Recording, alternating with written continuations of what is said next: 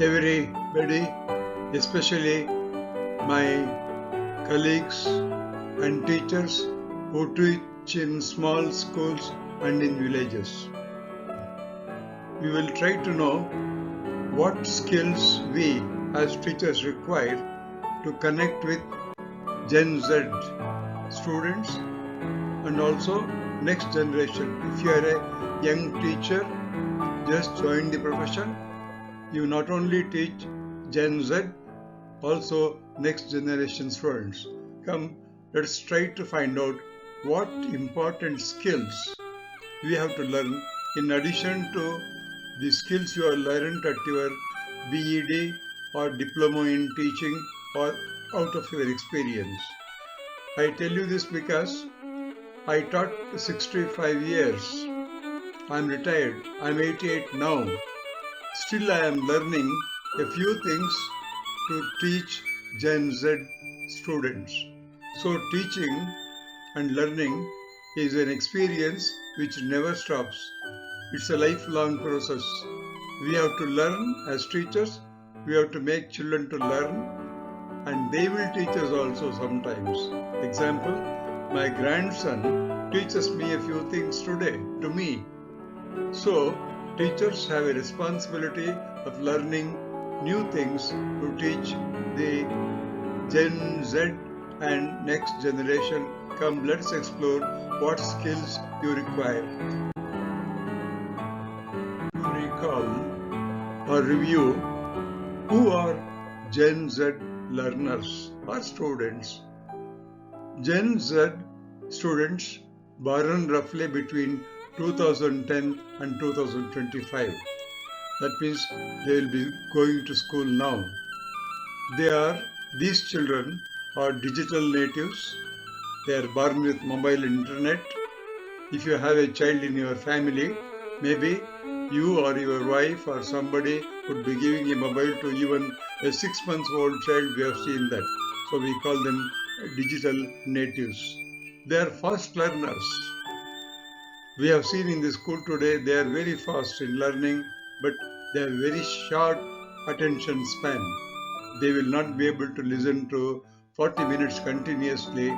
If there are 8 periods, then you are lost. That is, children will not be able to have attention in the last 4 periods or 5 periods in the afternoons.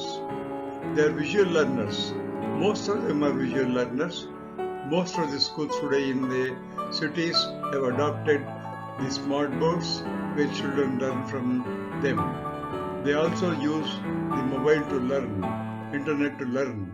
So our talking in the classroom or their listening in the classroom has much shortened in various schools of our country and elsewhere. But in smaller schools, in smaller towns, where schools are not very polished, they don't have many good conditions, there still the teacher will have to teach.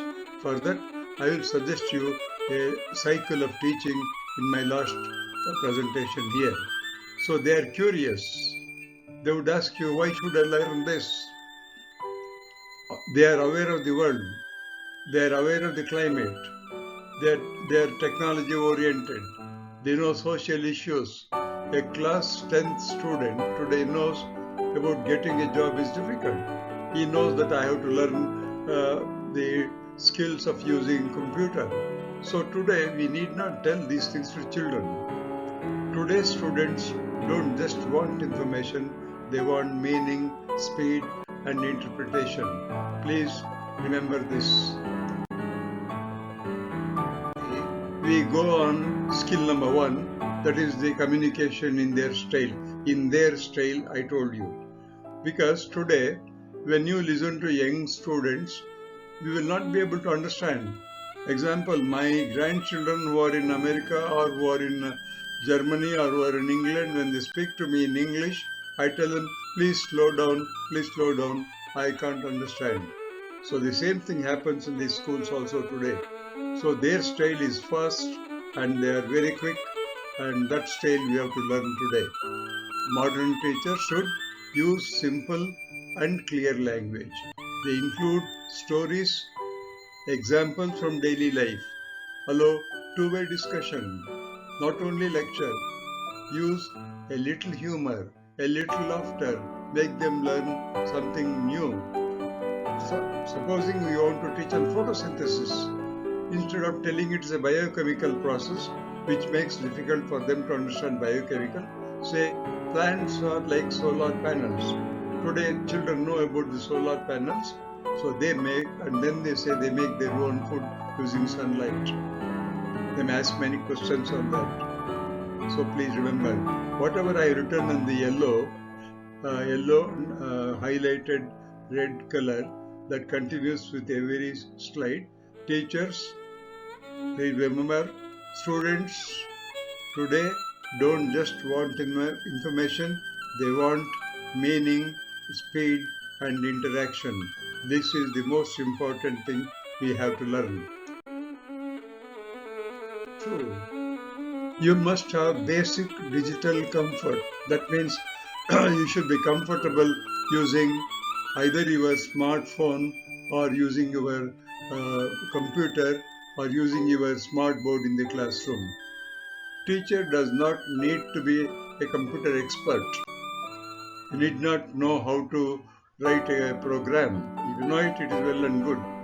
But should use PPTs, videos, images, show short educational clips, use WhatsApp, Google Classroom for notes making.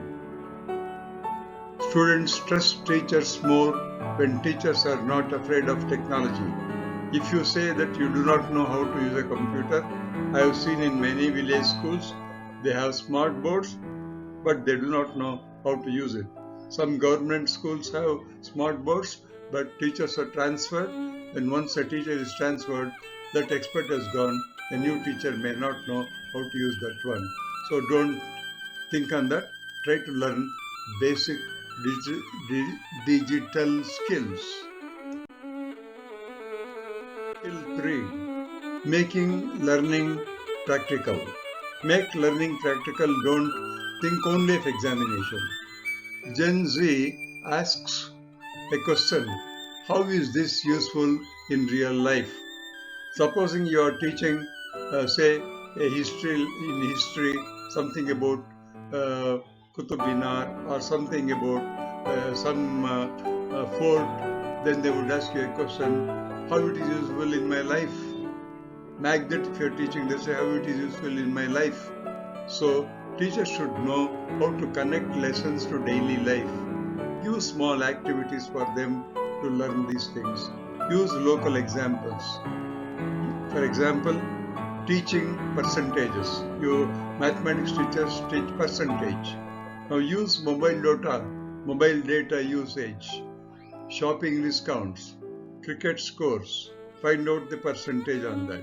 So you compare the two players and find out which has got higher percentage. So today in TVs also you see the percentage bars are there, that is the bar graph is given.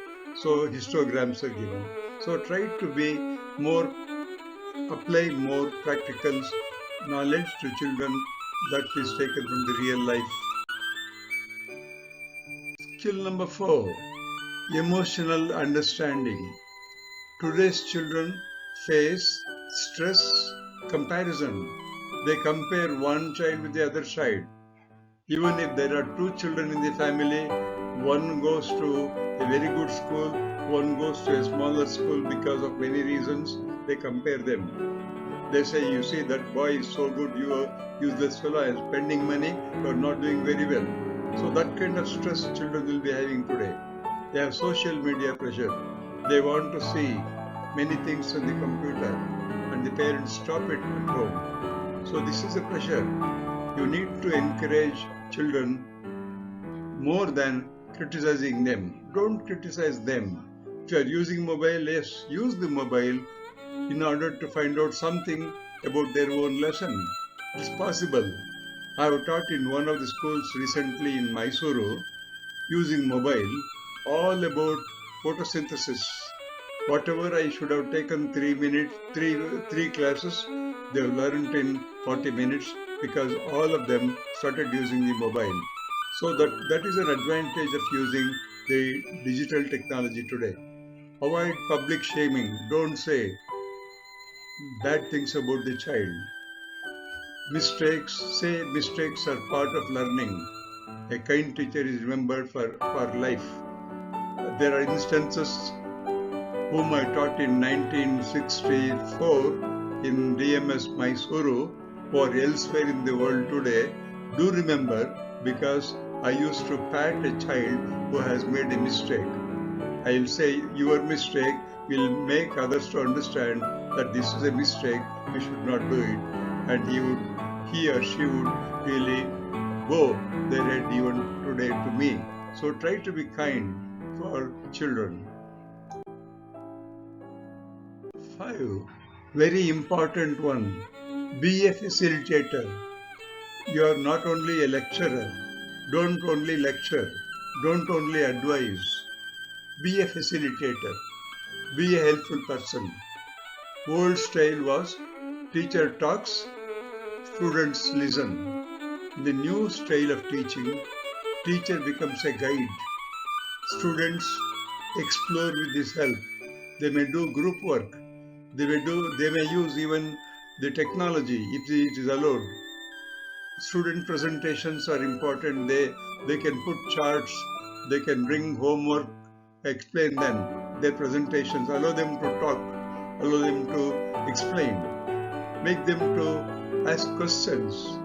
Your teaching should be question based, not just remembering. I remember in one of my classes, I asked for an observer to find out how many questions I will ask in a classroom of 40 minutes. That was in Coimbatore in 1978. He made a tally. He said, "Sir, you asked nearly 69 questions in the class." The questions might start with what, why, how, or if. Some small questions. So try to be a facilitator, try to be a guide, try to be a creator and not a lecturer.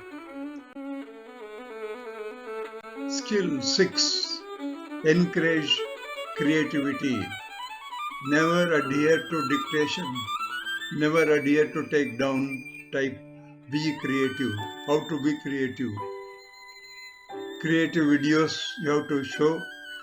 You have to draw, show designs for them, build models, express opinions, allow to express their opinion, allow them to make projects.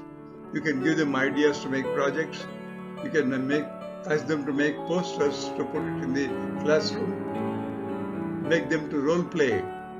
Ask them to be a scientist and explain. Marks are important, but creativity builds confidence for the whole life. Therefore, you must encourage creativity. It may not be possible for me to explain those things in a very short span of time, but I may take another PPT to show how a teacher can be creative even in 40 minutes of time. 7. Lifelong learning mindset should be made available to children. You must train their mind to be a lifelong learner. Students respect teachers who say, "Look, I don't know much about this, let's find out together." It happened to me in one of the classes. I was teaching a B.Ed class. One of them said, "Sir, what is format method?" Well, I knew something, but I was not very sure. I told him, "Well, I'm sorry, I know a little, but not much. We will talk about in the next class. If you know something, please tell me."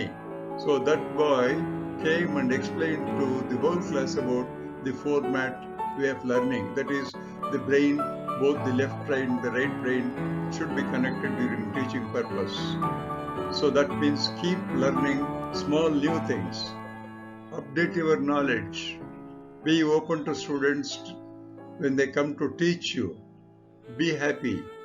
Sometimes this builds mutual respect. Remember that.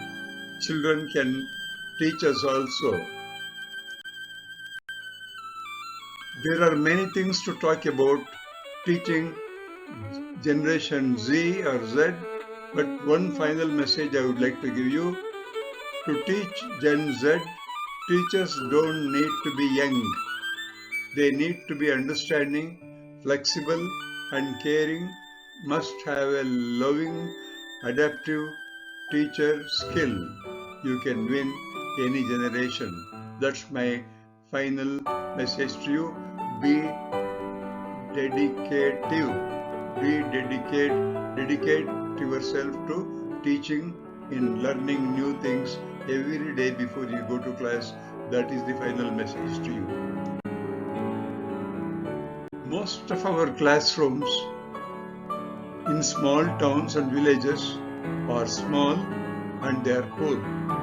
Conditions are not very good even today, even 2026.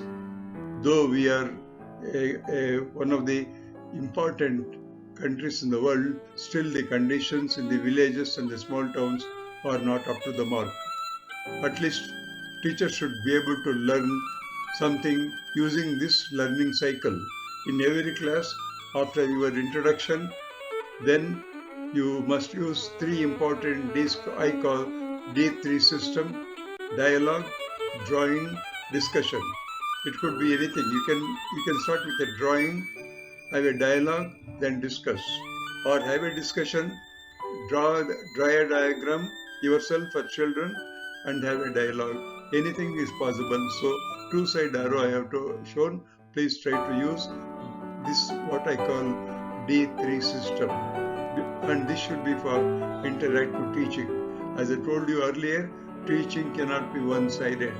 Only lecture method is not good for Gen Z children. It should be interactive. They should be able to ask questions. You should be able to ask questions. They should be able to answer. You should be able to answer. That means that is the type of interactive teaching we must learn for Gen Z children.